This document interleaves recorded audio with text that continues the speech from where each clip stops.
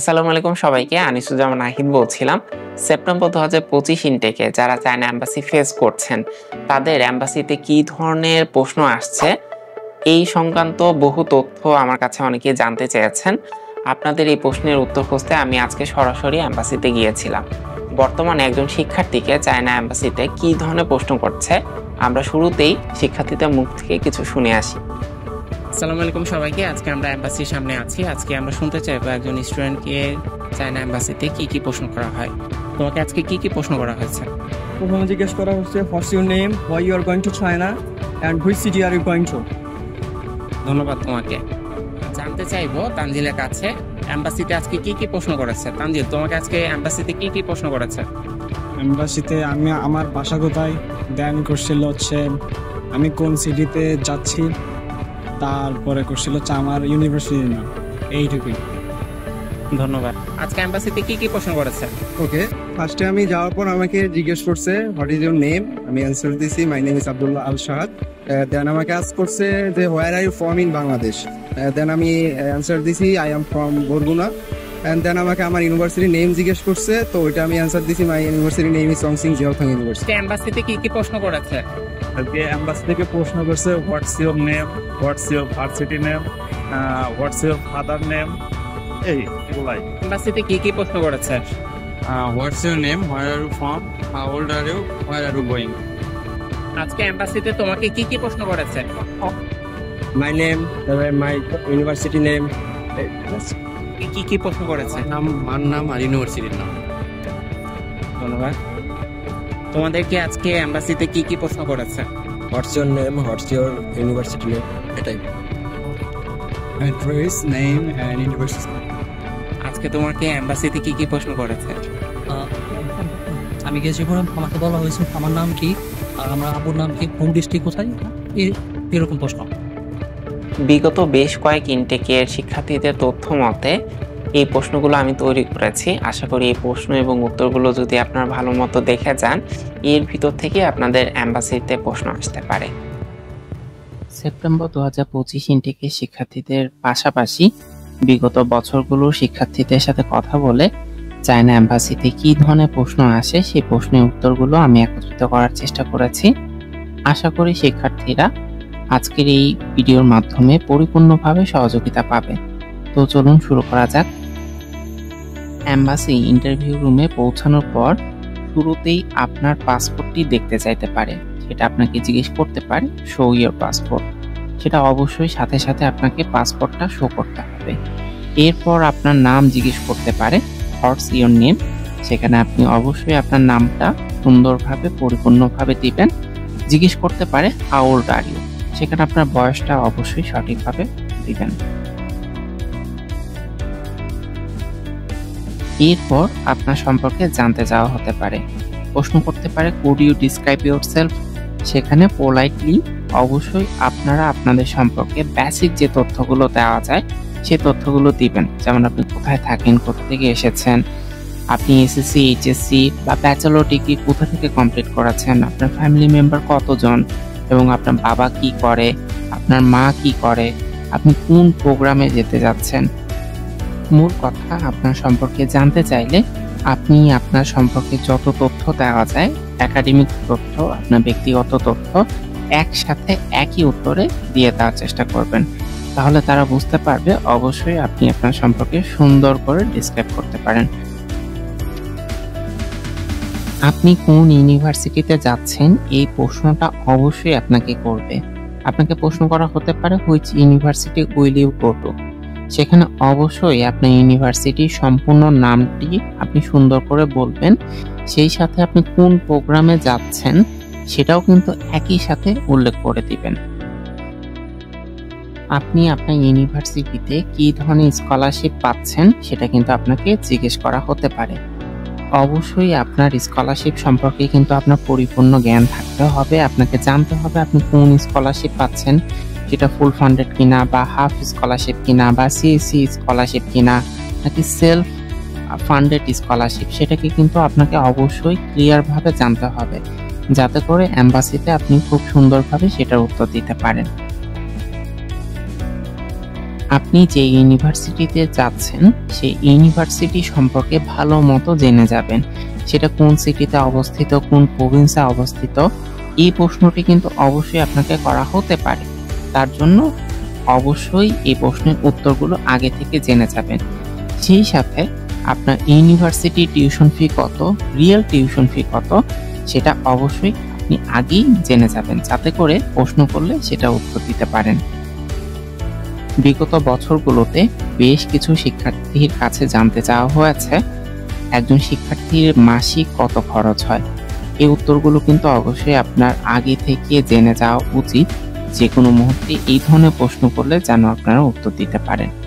সেই সাথে আপনার অ্যাডমিশন প্রসেসে কে বা কারা হেল্প করেছে সেটাও জানতে চাওয়া হতে পারে। অবশ্যই সেটার কিন্তু আপনি উত্তর দিবেন। এখানে বলে রাখা ভালো, আপনারা যদি কোনো এজেন্সির মাধ্যমে অ্যাপ্লাই করেন সেক্ষেত্রে কিন্তু সেই এজেন্সির নামও বলতে পারবেন। অনেকে মনে করে থাকেন যে কোনো এজেন্সির নাম অ্যাম্বাসিতে বলা যাবে না, তো চায়নার ক্ষেত্রে এরকম কোনো জটিলতা নাই। আপনারা যে কোনো এজেন্সি, যে এজেন্সির মাধ্যমে ফাইল প্রসেস করবেন সেই এজেন্সির নাম কিন্তু বলতে পারেন, বা কোনো বড় ভাই বা কারো পরিচিত কারো মাধ্যমে যদি আপনি সেখানে অ্যাডমিশন নিয়ে থাকেন তার নামটি আপনি বলতে পারেন, এক্ষেত্রে কোনো সমস্যা নেই। আপনার স্পন্সর কে সেটা আপনার কাছে অবশ্যই জানতে চাওয়া হবে। আপনার স্পন্সর হচ্ছে তিনি যে হচ্ছে আপনাকে ব্যাংক স্টেটমেন্ট দেখিয়েছে। সেটা হতে পারে আপনার বাবা অথবা মা অথবা যে কেউ। আপনি যার ব্যাংক স্টেটমেন্ট দেখাবেন সেই হচ্ছে আপনার স্পন্সর। আপনি স্পন্সরের নাম এবং আপনার স্পন্সরের সাথে আপনার কি সম্পর্ক, সেই সাথে আপনার স্পন্সর কি করে সেটা জানতে চাওয়া হতে পারে। এই ক্ষেত্রে লক্ষণীয়, যারা মায়ের ব্যাংক স্টেটমেন্ট দেখাচ্ছেন অনেকেই আপনারা বলে থাকেন যে আমার মা হচ্ছে হাউসওয়াইফ বা গৃহিণী। যদি কেউ মায়ের ব্যাংক স্টেটমেন্ট দেখান বা যে কারো ব্যাংক স্টেটমেন্ট দেখান, তার অবশ্যই হচ্ছে একটা পেশা দেখাতে হবে, না হলে সে এই টাকা কোথা থেকে পেল। এটা অবশ্যই আপনারা মাথায় রাখবেন। যদি মায়েদের ব্যাংক স্টেটমেন্ট কেউ দেখিয়ে থাকেন অবশ্যই তার কোনো একটা পেশা আপনি উল্লেখ করবেন বা দেখাবেন। চায়নাতে আপনার পরিচিত কেউ আছে কিনা এই প্রশ্ন কিন্তু আপনাকে করতে হতে পারে। তার জন্য অবশ্যই আপনি আপনার পরিচিত যদি কেউ থাকে তার নাম, পরিচয় এবং সে কোন প্রভিন্সে থাকে এটা অবশ্যই জেনে নেবেন। সেই সাথে আপনি কোনো চাইনিজ ল্যাঙ্গুয়েজ পারেন কিনা সেটা আপনার কাছে জানতে চাওয়া হতেও পারে। সকলে চেষ্টা করবেন দু একটা চাইনিজ শব্দ শিখে যাওয়ার, যেমন নি হাও বা শিয়ে শিয়ে। চায়নারা তাদের ভাষা যদি অন্যের মুখ থেকে শুনে তারা খুবই খুশি হয়। এর জন্য আপনারা বেসিক যে ওয়ার্ডগুলো আছে, যেমন HSK 1 এর যে ওয়ার্ডগুলো আছে সেগুলো চায়না এম্বাসি ফেস করার আগে কিন্তু শিখে যেতে পারেন। চায়নাতে যাওয়ার পরও এই শব্দগুলো আপনার কাজে লাগবে। বিভিন্ন ইউনিভার্সিটি ইন্টারভিউতে হয়তো আপনি এই প্রশ্নটির সম্মুখীন হয়েছেন, আপনি কেন চায়নাতে পড়াশোনা করতে চান? Why did you choose to study in China? সে প্রশ্নটির উত্তর কিন্তু আপনাদের অনেক সুন্দর করে দিতে হবে, যে চায়না কালচার, অ্যাডভান্স ফ্যাসিলিটিস এগুলো আমার খুব ভালো লাগে, এর জন্য হচ্ছে এত দেশ থাকতে আমি চায়নাকে বেছে নিয়েছি। এটা খুবই গুরুত্বপূর্ণ একটা প্রশ্ন। সেই সাথে আপনি আপনার প্রোগ্রাম শেষ করে, ব্যাচেলর, মাস্টার্স বা ডিপ্লোমা প্রোগ্রাম শেষ করে আপনি কি করতে চান সেটা ফিউচার প্ল্যান কিন্তু আপনার কাছে জানতে চাওয়া হতেও পারে। সেটা অবশ্যই আগে থেকে ঠিক করে রাখবেন যে আপনি কি করবেন। কেউ দয়া করে বলবেন না যে চায়না যাওয়ার পর আমি চায়নাতে থেকে যেতে চাই, এগুলো বললে তারা রাগ করতে পারে।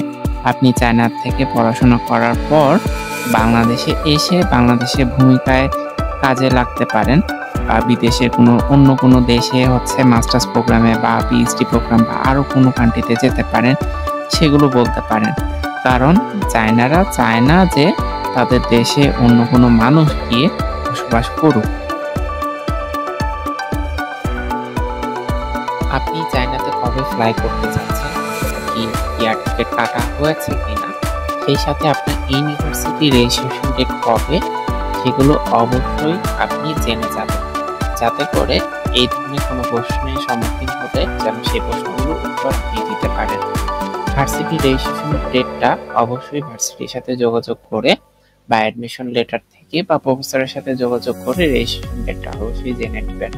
কারণ রেজিস্ট্রেশন ডেটের উপর নির্ভর করে আপনাকে কত তারিখের ভিতরে হচ্ছে চায়নাতে যেতে হবে।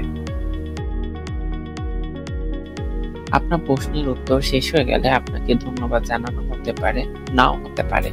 তবে অবশ্যই খেয়াল রাখবেন যে আপনাকে সব প্রশ্ন করা শেষ হয়েছে কিনা বা আপনাকে যেতে বলছে কিনা। যদি যেতে বলে তাকে অবশ্যই থ্যাংক ইউ বা সে বলতে পারেন, ধন্যবাদ জানাতে পারেন। অবশ্যই মনে রাখবেন চাইনিজদেরকে যদি 2-1টা চাইনিজ ল্যাঙ্গুয়েজ বলা যায়, এতে করে তারা কিন্তু খুবই খুশি হবে। চায়না এম্বাসিতে একজন শিক্ষার্থীকে সচরাচর এই প্রশ্নগুলোই করা হয়ে থাকে। যদিও একজন শিক্ষার্থীকে 3 থেকে 4টার বেশি প্রশ্ন করার সুযোগ থাকে না বা সময় থাকে না, আমি অনেকগুলো ইনটেকের অনেক শিক্ষার্থীদের তথ্য একসাথে করেছি দেখে বেশ কয়েকটা প্রশ্ন হয়েছে, যাতে করে আপনাদের প্রিপারেশন নিতে সুবিধা হয়।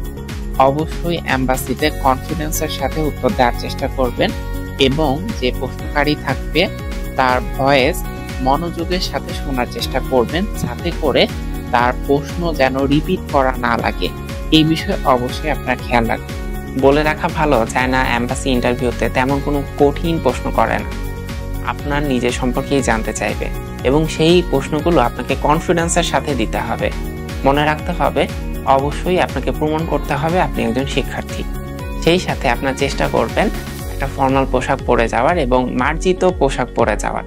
অনেক শিক্ষার্থী টি শার্ট বা গেঞ্জি পরে চলে যান, সেটা পক্ষপাতী আমি না। আপনারা চেষ্টা করবেন অবশ্যই একটা ফর্মাল বা একটা স্টুডেন্টের মতো করে পোশাক পরে এম্বাসিতে যাওয়ার। আমার ইচ্ছা আছে কিভাবে একজন শিক্ষার্থী ভিসা অ্যাপ্লাই নিজে করতে পারে সেই সংক্রান্ত একটা ভিডিও দেওয়ার।